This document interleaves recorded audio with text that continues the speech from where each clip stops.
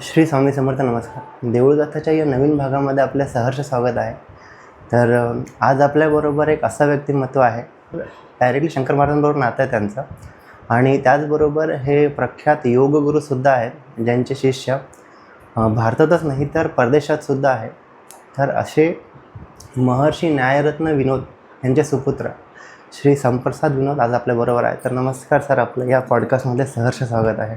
मागचा पॉडकास्ट केला होता, तर जसं तुम्हाला माहिती आहे, बऱ्याच लोकांनी कॉमेंट्स केल्या की सरांकडनं अजून काही माहिती हवी आहे, तर त्यामुळे आज पुन्हा आम्ही आज इथं आलो आहे. तुम्ही जसं म्हणाले की शंकर महाराज एका अतींद्रिय अवस्थेमध्ये जायचे, महर्षी विनोद म्हणा किंवा शंकर महाराज म्हणा, एक अतींद्रिय अवस्थेमध्ये जायचे. की त्या अतींद्रिय अवस्थेबद्दल थोडीफार माहिती तुम्ही देऊ शकाल का आम्हाला? म्हणजे काय?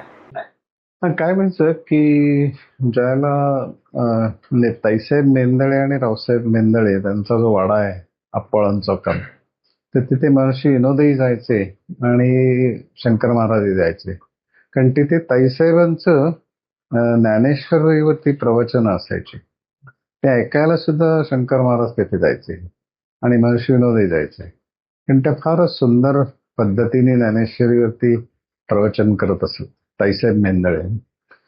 तर तिथे गेल्यावरती ते वातावरण सगळं अनुकूल असल्यामुळे महर्षी विनोद काय किंवा शंकर महाराज काय, दोघंही अतींद्रिय अवस्थेत जाणं अत्यंत स्वाभाविक असायचं. अनुकूल वातावरण मिळालं की अशी जी माणसं त्या ब्रिंकवरच असतात ना, व्यवहारामधला त्यांचा जो प्रेझेन्स असतो तो इन्सिडेंटल असतो, तात्कालिक असतो, पण ते स्वरूपाच्या ठिकाणी स्थिर झालेले असतात. असं वातावरण अनुकूल मिळालं ते स्वरूपाच्या ठिकाणी जातात. ती जी अवस्था आहे तर ती अतींद्रिय, म्हणजे इंद्रियांनी आपण जे जाणतो, डोळ्यांनी पाहतो, डोळे एक इंद्रिय झालं, कानाने ऐकतो, तर ते काहीतरी ऐकणं हे कानाद्वारे झालं, म्हणजे ते इंद्रियाच्या पातळीवरच झालं. तसं प्रत्येक आपलं जे ज्ञानेंद्रिय आहे, नाकाने वास घेतो, जिभेने चव घेतो, त्वचेने आपल्याला स्पर्शाची जाणीव होते, हे सगळं इंद्रियजन्य जे ज्ञान आहे, इंद्रियांमुळे निर्माण होणार, ते ज्ञान हे माझ्या मीशी निगडीत असतं. माझं मी म्हणून आपण ज्याला मीपणा म्हणतो, तर त्याच्याशी संबंधित असतं. आणि कानाने मी ऐकतो, डोळ्यांनी पाहतो, नाकाने वास घेतो, जिभेने चव घेतो, कातडीने स्पर्शाची जाणीव करून घेतो. तर हे सगळं जे जाणतो मी, ते ज्या शक्तीमुळे जाणलं जातं, त्या शक्तीच्या अस्तित्वाची आपल्याला जाणीवच नसते. बरं. तर महर्षी विनोद काय किंवा शंकर महाराज काय, हे त्या सीमारेषेवरच असतात. तसं अनुकूल हे मिळालं की ते ट्रान्सेंड करतात, ते इंद्रिय आणि मी ट्रान्सेंड करतात आणि खरं जे त्यांचं स्वरूप आहे तिथे गेलेले असतात. म्हणजे त्या चैतन्यामध्ये ते स्थिरावलेले असतात आणि तिथनं जे प्रकट होतं तर ते ईश्वरी असतं किंवा परमेश्वरी असतं. कारण जिथे तुमचं इंद्रियजन्य ज्ञान थांबतं आणि तुम्हाला त्याची जाणीव असते की अरे हे याच्या पलीकडचं आहे, इंद्रियांच्या मार्फत झाल्यासारखं दिसतंय, म्हणजे अप्पांचं म्हणजे महर्षी विनोदांचं जे आविष्कार होत असते अतींद्रिय अवस्थेतला, तर तो सुद्धा ते मीच्या द्वारेच होत होता. कारण नाही तर ते कसं येणार, ते जे बोलत होते तर ते प्रकट कसं होणार, शब्द येत होते ना, ते शब्द पुन्हा मीच्या, पण तो मी हा बदललेला मी, तो आत्ताचा मी नाही, मीच्या प्रभावाखाली असलेला मी नाही, तर त्या स्वरूपाच्या हातातलं साधन झालेला मी. आणि ते फार वेगळी अवस्था असते आणि त्यातनं जे निर्माण होतं ते एक्सेप्शनल असतं, म्हणजे ते फारच ब्युटिफुल असतं. त्याचा परिणाम जो असतो तो वादातीत असतो. तर तसं त्यांचं ते होत असे आणि त्यामुळे ती अतींद्रिय अवस्था ही, आणि तसं पाहायला जर गेलं ना तर असं म्हणता येईल आपल्याला, त्याचं उदाहरण फार सुंदर देतात की समुद्राचा तळ शोधायला जर मिठाची बाहुली सोडली तर ती तळ शोधण्याच्या वाटेत ती विरघळून जाते समुद्रामध्ये, कारण ते शोधता येतच नाही तळ. तर तसं ते आहे की ज्याला आपण आपल्या स्वरूपाचा शोध घेतो, चैतन्याचा शोध घेतो, आपलं जे आत्मतत्व आहे त्याचा शोध घेतो, तर त्याला तो शोध घेणारा जो मी आहे तो वाटेत विरघळून जातो आणि तो समुद्र रूप होऊन जातो. तर तसं जर पाहायला गेलं ना तर समीर, ती अतींद्रिय अवस्था ही ईश्वराचा आविष्कार असतो आणि ज्यांनी आपल्यातल्या ईश्वराला ओळखलं त्याला सगळीकडे त्याचीच कशी लीला आहे हे लक्षात आलेलं असतं. आणि ते आपल्यातलं जे चैतन्य आहे त्याची जर तुम्हाला प्रचिती आली आणि तुमच्या बाहेरचे सगळीकडे त्याचीच लीला आहे असं जर लक्षात आलं तर तुम्ही कायमच एका वेगळ्या अवस्थेत राहता. जसं महाराजांचं सांगितलं जातं की ते अवलिया होते आणि त्यामुळे ते बाल लीला त्यांच्या सांगितल्या जातात किंवा अशी जी लोक अतींद्रिय अवस्था ज्यांनी अनुभवलेली असते तर ती पराकोटीची सहजावस्था असते. त्याच्यात काही असं कृत्रिम काही नसतं, एकदम नॅचरल असतं. तर त्यामुळे त्याचा परिणाम फार वेगळ्या प्रकारचा असतो. म्हणजे महाराजांचं जसं आहे की त्यांचं आगापिछा माहिती नाही नेमकेपणाने, पण ते सांगतात की धनेश्वरांनी त्यांचं काहीतरी ऍक्च्युअल एज काय आहे ऑर्गॅनिक त्याचा शोध घेतला तर ते 152 वर्ष आलं. म्हणजे शास्त्रीय पातळीवर शोध घेतला. तर ते हे सगळं म्हणजे मानवी जे मेजरमेंट्स असतात, मानवी जे मापदंड असतात त्याच्या पलीकडे घेऊन जाणारी गेलेली असतात ही माणसं. आणि आपल्याला ते हे निकष तिथे लावूनच चालत नाही. तर तसंच मानवी परस्पर संबंध राखण्यासाठी म्हणून जे काही पॅरामीटर्स लावलेले असतात त्या काही मापदंड ते समाज व्यवस्था राहावी, कुटुंब व्यवस्था राहावी म्हणून ते असतात. पण ही माणसं त्यांना ओलांडून गेलेली असल्यामुळे ती एकदम वेगळी वाटतात सगळीकडे गेली तर.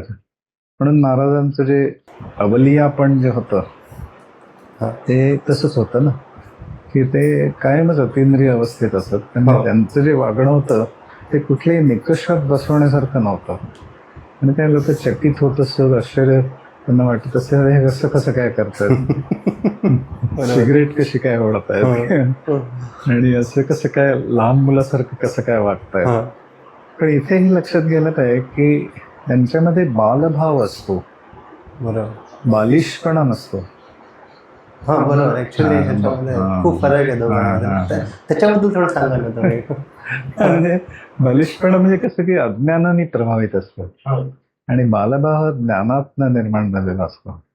काय तुझं पाहिलंच तर आता हे अवलिया होते महाराज, तर त्यांचा जो आविष्कार होता त्याला लीला म्हणलं जातं किंवा त्यांच्या हातून जे काही हे घडले, चमत्कार घडले, तर ते स्वतः कधी त्यात अडकलेले नसायचे. पण ते असं म्हणायचे की मला माझ्याकडनं हरवण्यासारखं काहीच नाही, कारण माझ्याकडे जे आहे तेच इतकं परिपूर्ण आहे की तिथनं हरवलं तरी काही फरक पडणार नाही आणि मला मिळवण्यासारखं काही नाही, कारण मी माझ्यातच परिपूर्ण आहे. म्हणजे अशा पद्धतीने ते म्हणत नसत, वेगळी भाषा वापरत असत, पण मथितार्थ तो होता की मला काही मिळवायचं नाही, कारण मला सगळं मिळालेलंच आहे. मला काही हरवायचं नाही, कारण माझ्याकडे हरवण्यासारखं काही नाहीच आहे, कारण ती जी स्वरूप स्थिती आहे ती कशी काय हरवणार, ती तुमची तुमची कायमच असते तुमच्या बरोबर. असं ते मोठं म्हणजे आपण त्यांची जी भाषा असते ती सुद्धा समजून घेणं फार महत्वाचं असतं. कारण आता महर्षींची भाषा ही प्राधान्याने बुद्धीची, पण हृदयाची सुद्धा भाषा त्यांना कळलेली होती. आणि आपल्या महाराजांचं जर पाहायला गेलं तर प्राधान्याने हृदयाची भाषा त्यांना कळत होती, पण बुद्धीची कळत नव्हती असं नव्हतं. म्हणून ते जे कॉम्बिनेशन आहे ना, मला त्याचं खूप आश्चर्य सुरुवातीला वाटलं होतं की अवलिया महाराजांसारखा आणि महर्षी ज्ञानरत्न ज्ञानी माणूस, तर यांचं असं वेगळ्या प्रकारचं नातं कसं काय निर्माण झालं असेल असं. तर महर्षी विनोदांना माझ्या मते मला जे लक्षात आलं ते असं की शंकर महाराजांच्या अवलियापणा मागे दडलेला ज्ञानी त्यांना दिसला आणि महाराजांना यांच्या ज्ञानीपणाच्या मागे दडलेला हृदयाची भाषा सुद्धा त्याला कळू शकते असा भक्तही दिसला आणि त्यामुळे ते दोघांची गळाभेट होऊ शकली, गळाभेट होत असे. कारण आप्पा एक 40 वर्षाचे असावे त्यावेळेला आणि महाराज 47 साली गेले ना, आणि आप्पांचा जन्मच 1902चा.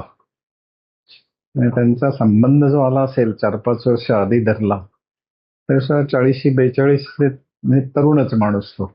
आणि महाराज अगदी पण 152 वर्षाचं नाहीतरी 80-90 वर्षाचे ते घातले तरी सर त्यांना या तरुण माणसामधला दडलेला भक्त किंवा त्यांच्यातलं ते हृदयाची भाषा सुद्धा ज्याला कळू शकते अशी व्यक्ती त्यांना समजणं ही सामान्य गोष्ट नव्हती. आणि महर्षींना सुद्धा यांचे अवलिया आणि बाललीला बघून त्यात न अडकता तुमच्या मागे ज्ञानी दडलाय, तर ह्याला असणारी जी दृष्टी आहे ना ती फार महत्वाची आहे. आणि योगामध्ये किंवा अभ्यास कुठल्याही अध्यात्मामध्ये पाहायला तर गेलं त्यांची सगळ्या जगण्याकडेच पाहण्याची दृष्टी पूर्ण बदलून गेलेली असते. त्या सर्वसामान्य माणसाला त्यांना कुठल्या क्लासिफाय करून टाकता येत नाही. असा विशेषतः महाराजांच्या बाबतीत तर नक्कीच असं आहे. कारण सिगरेट ओढणारा माणूस वगैरे, चिली मोडणारा, हे असे कसे काय असू शकतील असं वाटतं बरोबर पाहिलं तर. पण सकृत दर्शनी जे दिसतं त्याच्या मागे जे दडलेलं असतं ते सर्वाधिक महत्वाचं असतं. म्हणजे ते जर तुम्हाला कळलं तर बाहेरचं everything falls into place म्हणतात तसा. तेव्हा त्या स्वरूप स्थिती आली तर सगळं बाहेरचं योग्य तेच व्हायला लागतं. तर तसं त्यांचं होत असावं दोघांचं. आणि त्यामुळे त्यांचा एक वेगळा बंधुभाव त्यांच्यामध्ये होता. तो मोठा विलक्षण जरी वाटला तरी तो होता असं दिसतंय. आणि त्याचा जर अर्थ लावायला गेलं तर महाराजांना ज्ञानी अप्पा होते ओळखले जायचे, ते ज्ञानी म्हणून ओळखले जायचे. तर त्याच्या मागे दडलेलं काहीतरी आढळलं. आणि अप्पांना त्यांच्या बाललीला ज्या होत्या तर त्या वेगळ्या, त्याच्या मागे सुद्धा काहीतरी दडलेलं आहे हे दिसू शकलं. म्हणजे त्या दोघांना ती दृष्टी होती. आणि ती दृष्टी मिळवणं हे अध्यात्माचं उद्दिष्ट असतं. आंतरिक परिवर्तन आहे ते दृष्टी होणं मिळणं. आणि ती दृष्टी प्राप्त करण्यासाठी साधनाच करावी लागते. योग जेव्हा आपण करतो तेव्हा तुमचा आध्यात्मिक स्तर उंचावतो. जसं तुम्ही सांगितलं की शंकर महाराज काय सांगायचे आणि ते समजण्यासाठी पण तो तुमचा स्तर लागतो. किंवा अरे असं काय बोलतात, काय बोलतात, आणि असं होऊ शकतं की त्याचा उलगडा तुम्हाला काही दिवसांनी किंवा काही महिन्यांनी किंवा काही वर्षांनी होईल. पण त्यावेळेला ते जे बोलतात ते समजण्यासाठी तुमचा आध्यात्मिक स्तरही तो पाहिजे. मग तो स्तर उंचावण्यासाठी योग हा आपल्याला महत्वाचा आहे किंवा आवश्यक आहे का? म्हणजे मला काय वाटतं की खरा जो क्लासिकल योग आहे ना, अभिजात योग, तर तो प्राधान्याने स्पिरिच्युअल आहे, प्राधान्याने आध्यात्मिक आहे. त्याला थोडीशी मदत व्हावी म्हणून मानसिक आहे, आणि जाता जाता शारीरिक आहे. आणि आता जे लोकांपर्यंत जो मेसेज गेलाय तो प्राधान्याने शारीरिक असा गेलाय. कारण नुसतं आरोग्य मिळवणं, राखणं आणि रोगांवर उपचार एवढ्यापुरतं मर्यादित आहे. आणि ते त्याच्या पलीकडे खूप व्हास्ट आहे आणि खूप डीप आहे. हे सर्वसमावेशक दृष्टी तुम्हाला मिळणं, मूलगामी दृष्टी मिळणं, याच्यासाठी योगाची मदत करून घेणं हे खूप महत्वाचं आहे. नाहीतर मग ते फार वरवरच होतं. नाही त्याच्यातनं तुमचं तब्येत चांगली राहिली म्हणजे it's not a big deal. झाली तब्येत चांगली, त्याचं काय एवढं विशेष असं. पण त्या चांगल्या तब्येतीचा उपयोग करून जर तुम्ही साधना चांगल्या प्रकारे करत राहिला आणि त्यात रमला, आणि त्यांनी जे काही तुम्हाला म्हणजे काही काळ आपण बसलो समजा ध्यान करायला आणि पाठीला रग लागली, पायाला मुंग्या आल्या आणि आपलं ते ध्यान मोडलं, त्याच्यापेक्षा तुम्ही दीर्घकाळ ते बसू शकताय आणि त्याचा आनंद घेऊ शकताय त्या ध्यानातला, असं जर व्हायला लागलं आणि ध्यान तुमचं प्रधान झालं. पण ध्यान तुम्हाला जमलं समजा, मन शांत झालं, पण नुसतं 10-15 मिनिटं सकाळी 10-15 मिनिटं संध्याकाळी शांत होऊन भागणार नाही ना. दिवसभर ते शांत राहायला पाहिजे. आणि ती जर शांती तशी राहायची असेल तर आपल्याला तसं पूर्वतयारी करायला पाहिजे. माझ्या काय लक्षात आलं की ध्यान पुरत नाही, तर ध्यानाला असं काहीतरी एक डायमेन्शन दिलं पाहिजे की जेणेकरून ते जीवनात मिसळून जाणं सोपं जाईल. मग त्यासाठी उत्तम प्रकारे ध्यान करायला जमणं आणि ध्यानमयता आसनांमध्ये आणणं. आणि असं म्हणजे काही वेगवेगळ्या प्रकारच्या कृती आपण करतो, तर त्या कृती करताना ती ध्यानमयता जर त्यात इन्कॉर्पोरेट झाली तर तुमची पूर्वतयारी होऊन जाते. दिवसभर पण ज्या ज्या काही हालचाली करू त्या सगळ्या हालचालींमध्ये ध्यान मिसळलं जातं. आणि मग 10-15 मिनिटासाठी मिळणारी शांती दिवसभर टिकायला लागते. मग ते जास्त चांगलं आहे ना. सध्याच्या काळात तर ते अत्यावश्यक आहे. कारण इतकी बिचारी माणसं स्ट्रेस्ड आहेत, ताणाखाली आहेत. त्यांना म्हणजे ध्यान जर त्यांच्या जीवनात मिसळलं नाही तर त्यांना सारखं 10-10, 15-15 मिनिटांनी 5-5 मिनिटं ध्यान करत राहायला लागेल. आणि तसं शक्य नाहीये. पण ती जर पूर्वतयारी केली तर कुठलीही कृती करताना, म्हणजे आसनाची कृती करताना जर ध्यान तसंच राहायला लागलं, मनाची शांत स्थिती टिकायला लागली, तर सगळ्या कृती करताना ते टिकणं रिलेटिव्हली सोपं जाईल. आणि तसं व्हायला लागलं की ते खऱ्या अर्थाने तुमच्यामध्ये रुजलं म्हणायचं. आणि तुमचं जगणं हे ध्यानमय झालं. आणि महर्षी विनोद काय किंवा महाराज काय, त्यांच्या ज्या व्यक्तित्वाचं जर सार काढायला गेलं तर ते ध्यानस्थ झालेले आतून या समाधीस्थ, म्हणजे ती अवस्था, एक वेगळ्या प्रकारची मनाची निर्विचार स्थिती की ज्याच्याने मी सुद्धा कायम शांतच झालेला आहे, अशी अवस्था. तर ती अतींद्रिय अवस्था आहे ना. हे मीला ओलांडून जाणं चेतनेनी आणि चेतनेच्या विश्वातच तुम्ही वावरणं. आणि मग तुमचा मी हा तुमचा साधनभूत फक्त राहिला, तो प्रधान नाही राहिला. तर तुमच्या हातातलं एक मित्र झाला तुमचा तो. आणि ते सुद्धा असं त्याच्यावर अधिकार गाजवायची गरज नाही, कारण तो सुद्धा आपल्या हिताचंच काम करतोय. कारण आपली जी काळजी घेतो, आपल्याला भूक लागल्याची जाणीव तो मीच करून देतो, तहान लागली तोच जाणीव करून देतो, झोप आली आहे, बाकी सगळी काळजी तो वाहत असतो आपला मी. तर त्याच्याशी झगडा करायची गरज नाही. त्याला शेजारी बसून घेतलं आणि त्याला सांगितलं की अरे तू माझा मित्रच आहेस, पण जरा थोडं आपण समजून घेऊ एकमेकांना. आणि असं त्याच्याशी छान नातं निर्माण झालं की तो उलगडतो मग आपल्या पुढे. आपलाच मी आपल्याकडे उलगडत गेला तर मग आपल्याला त्याच्याही लक्षात येतं की अरे हे यांच्याशी काही लबाडी करून नाही चालत आहे, कारण त्याने आपल्याला मित्रच करून टाकले. आणि त्यामुळे आपल्याला त्यांच्याशी काही असं हे नाही करता येते, संघर्ष नाही करता येते. आणि मीच जे अस्तित्व आहे ते संघर्षावर आधारित असतं. ते काहीतरी त्याला अस्तित्व राखण्यासाठी काहीतरी करावं असं वाटतं, आणि सिद्ध करायला, त्याची आयडेंटिटी प्रस्थापित करायला त्याला काहीतरी करावं असं वाटतं. तर मित्र केलं की तसं राहत नाही ना. म्हणून मी म्हणजे इथे येणाऱ्या साधकांना असं सांगत असतो की तुम्ही प्लेफुल आणि फ्रेंडली राहा स्वतःबरोबर. म्हणजे खेळकरपणाने आणि असं आनंदाने साधना करा, मित्रत्वाच्या नात्याने आणि खेळकरपणाने. तर ते सगळे जे ताणतणाव असतात ते आपोआप जातात ना. म्हणजे नैसर्गिकपणे जायला मदत होते. तर नाही तर काय होतं की साधना म्हणलं की खूप जोर लावला जातो, ते कडक बसतात. तर तसं करायची गरज नसते, कारण शेवटी तुम्हाला जर सहजावस्था जर जाणायची असेल तर तुम्हाला सगळ्याच गोष्टी सहजपणे करता आल्या पाहिजे, तरच ती सहजावस्था येईल. आणि स्वरूपावस्था म्हणजे अल्टिमेट सहजावस्था आहे, त्याच्या पलीकडे काही नाहीच आहे.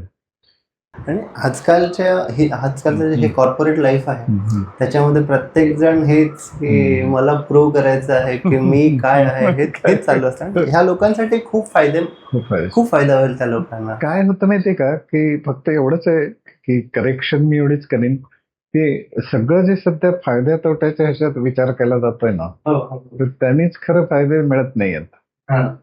ज्याला तुम्ही जगण्यासाठी जगायला लागता आणि जगण्यातला आनंद घेता, आणि जो आनंद बाहेर नाही आत आहे तुमच्या, आणि ते तुम्हाला डिस्कवर होतंय ध्यानाच्या मदतीने. पण ध्यानामध्ये काय असतं की मनाची निर्विचार स्थिती साधायची असते, आणि निर्विचारता ती साधता साधता मी माझा शांत होऊन जातो. आणि मी शांत झालाय, निर्विचारता आली आहे, ती मला स्वरूपाच्या अस्तित्वाची जाणीव झाली. तिथे असणारा विशुद्ध आनंद, विशुद्ध शांती, समाधान अनुभूतीतच आलं. आणि असं रोज घडायला लागलं. आणि समजा ते 4-6 महिने, वर्षभर घडलं, तर समाधान, शांती, आनंद हा माझा स्वभावच झाला. आणि मग मी जे जे काही करीन जगामध्ये, तर ते आनंदासाठी नाही करणार, आनंदाने करीन. हां. हो ना, म्हणजे केवढा फरक आहे ना किती फरक आहे याच्यामध्ये. आणि ते ज्याला समजलं त्यातल्या त्यात श्रेणीतले महर्षी विनोद आणि शंकर मानत होते की ते नुसते. आणि आनंद ही अशी गोष्ट आहे ना की जी वाटली जाते, ती धरून ठेवली जात नाही. सुख धरून ठेवलं जातं, आनंद वाटला जातो. आणि वाटावा लागत नाही, वाटला जातो. त्यात एक नॅचरलनेस असतो. त्यामुळे त्यांच्या सान्निध्यामध्ये लोक जी मोकळी होतात, मी असं पाहिलंय. म्हणजे महर्षी विनोद मध्ये वडीलच असल्यामुळे त्यांच्याकडे आलेली माणसं असे त्यांच्या सान्निध्यात एकदम अशी सैल होऊन जायची, मोकळी होऊन जायची. आणि त्यामुळे त्यांच्याशी संवाद त्यांचा खूप आत्मिक पातळीवर व्हायचा. त्याच्यामुळे परिवर्तन लगेच व्हायचं. म्हणजे तुलनात्मक दृष्ट्या लवकर व्हायचं, लगेच म्हणण्यापेक्षा तुलनात्मक दृष्ट्या लवकर व्हायचं. कारण ओपन झाला माणूस, तो रिसेप्टिव्ह झाला की हे जे हायर ज्ञान आहे, सूक्ष्म ज्ञान आहे, सखोल ज्ञान आहे, तर ते कळायला मदत होते. कारण तुम्ही रिसेप्टिव्ह आहात, तुम्हाला ऐकायचंय, तुम्हाला समजून घ्यायचंय, अनुकूल मनस्थितीत आहात, तर ते पोचतं सुद्धा चांगल्या प्रकारे. स्टुडंट होणं, विद्यार्थी होणं महत्वाचं आहे. आणि मी तर त्यांना म्हणतोय साधकांना, आपल्याला आयुष्यभर साधक राहायचंय, सिद्ध व्हायचंच नाही. कारण लोकांच्या नजरेत सिद्ध होणं आणि खरं सिद्ध होणं ह्याच्यात फरक आहे. कारण लोकांच्या नजरेत तुम्ही सिद्ध व्हायला लागला आणि ते जपायला लागला की खूप आर्टिफिशियल जगणं सुरू होतं. आणि या विश्वाच्या पसाऱ्यामध्ये कसलं तुमचं सिद्धत्व आणि कसलं तुमचं साधकत्व, एवढा मोठं ब्रह्मांड आहे. त्याच्यामध्ये कुठेतरी ती पृथ्वी आहे. आणि आपण जर ते हे पाहिलं नेटवर जाऊन, तर एवढीशी पृथ्वी दिसते, मग त्याच्यात कुठेतरी भारत, मग त्याच्यात ती सदाशिवपेठ, त्यात मी राहतो म्हणून मी स्वतःला मोठं समजायचं, हे हास्यास्पद आहे ना. आणि ही जी मंडळी असतात, महर्षी विनोद काय काय, शंकर महाराज काय, हे त्यांच्या जीवनातनं तो संदेश देतात ना खरं म्हणजे. पण तो आपण डेसिफर करू शकत नाही, त्याचा अर्थ नाही लावू शकत. त्यामुळे घोटाळे होत आहेत. आणि लोकांना आकृष्ट करणं, या क्षेत्राकडे त्यांना आकृष्ट करणं, यासाठी त्यांना त्यांच्या हातून काहीतरी चमत्कार केले जातात. पण त्याचं कर्तृत्व हे कधीच घेत नाहीत. ते माझ्याकडनं होत आहे असं म्हणणं, भगवान त्यांची लीला आहे म्हणून होत आहे. मी फक्त एक त्यांच्या हातातलं साधनभूत झालेलो आहे. हाच फरक आहे. म्हणजे सर्वसामान्य माणूस हा समुद्रातील लाट म्हणून जगण्यामध्ये समाधान मानतो. आणि ही माणसं, आपण लाट असलो तरी आपण त्या समुद्राचे घटक आहोत हे त्यांनी अनुभूतीने जाणलेलं असतं. त्याच्याबद्दल टोटल क्लॅरिटी असते. ते समुद्ररूप झालेले असतात. म्हणजे त्या दृष्टीच बदलली सगळी. आणि दृष्टी बदलली तर सृष्टी बदलली. मग तुमच्यासाठी, इतरांना तीच राहिली, पण तुमची दृष्टी बदलल्याने तुम्हाला ती वेगळी भासायला लागली. आणि त्यांचे सगळे संबंधच तुमच्याशी, इतरांशी सगळेच बदलून गेले, मुळातूनच बदलले. मग तुम्हाला ते कॉर्पोरेट वर्ल्डमध्ये तुम्ही असा घरात घरगुती गृहिणी असा किंवा स्टुडंट असा, टीचर असा, त्याने काहीच फरक पडत नाही तुम्हाला. पण तुम्ही असता आणि लर्निंग मोडमध्ये असता, कायमच तुमची शिकण्याची इच्छा, आणि ग्राउंडेड असतात पूर्णपणे. तुम्हाला ते पाय जमिनीवरचे सोडायचेच नाही. म्हणजे तुम्ही स्थितिशील झालाय असं नाही, पण तुम्ही असे रिअलिस्टिक आहात, वस्तुनिष्ठ सगळं बघताय. म्हणून आपण असं म्हणतो की त्याला, हे जे आम्ही योग शिकवतो त्याला मी आत्मयोग त्यासाठीच म्हणतो की आत्मदर्शनासाठी त्याची मदत घ्यायची. आसनांची त्याच्यासाठी मदत, प्राणायामाची त्यासाठी, ओंकार किंवा प्राण आपण प्रार्थना म्हणतो, त्या सगळ्यामध्ये तो अंतर्भाव त्याचा जो झाला, ते आत्मदर्शनासाठी केलेला योग म्हणजे आत्मयोग. तर त्यात हे सगळं ध्यानमय योगासन आणि ध्यानमय जगण्याचं त्याचं ते फाउंडेशनच आहे. ते त्याचा अधिष्ठान आहे ते. पण त्यासाठी ध्यान चांगल्या प्रकारे जमणं फार गरजेचं असतं, नाही तर ते असं पोकळ होतं फार. नुसतंच व्यायाम करून आंतरिक परिवर्तन नाही होऊ शकत. सर आता विषय आता निघाला आहे, ध्यानाचा वगैरे विषय आहे.